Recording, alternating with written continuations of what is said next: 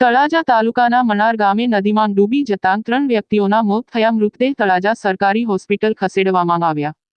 જાણવા મળતી વિગતો અનુસાર ભાવનગર જિલ્લાના તળાજા તાલુકાના મનાર ગામ કાંદી તરીકે વિસ્તાર પાસેથી પસાર થતી નદીમાં આજે અકસ્માતે 3 વ્યક્તિઓના ડૂબી જતાં મોત થયા હોવાના અહેવાલ. બનાવને લઈને સમગ્ર તાલુકામાં ચકચાર સાથે શોક છવાયો. પોલીસ ટીમનો કાફલો દોડી ગયો.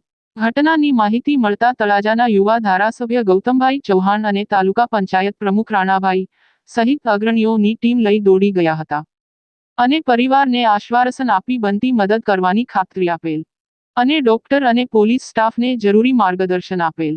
રવિભાઈ તુલસીભાઈ કુડેશા ઉંમર વર્ષ 20, રવિભાઈ ધરમસિંહભાઈ મકવાણા ઉંમર વર્ષ 27 તેમજ મુકેશભાઈ બાબુભાઈ મકવાણા ઉંમર વર્ષ 40. આ 3 વ્યક્તિઓના મોત થયા હતા.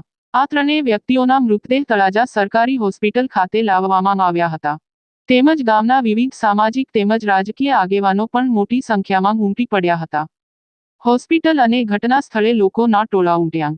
બનાવને લઈને ઘટના સ્થળે સ્થાનિક પોલીસ તેમજ ફાયર ફાઇટર વિભાગ સહિતનું સરકારી તંત્ર પણ પહોંચી ગયું હતું.